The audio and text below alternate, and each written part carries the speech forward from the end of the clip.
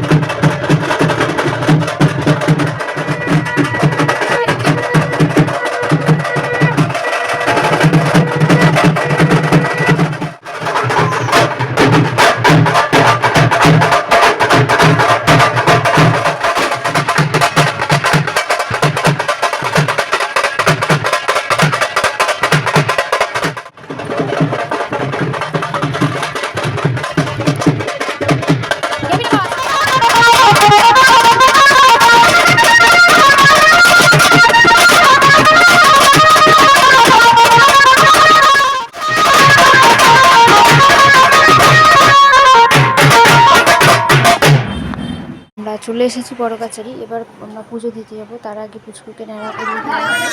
তো তারপরে স্নান করাতে ঘাটে। তো তারপর আমাদের পুজো দেওয়া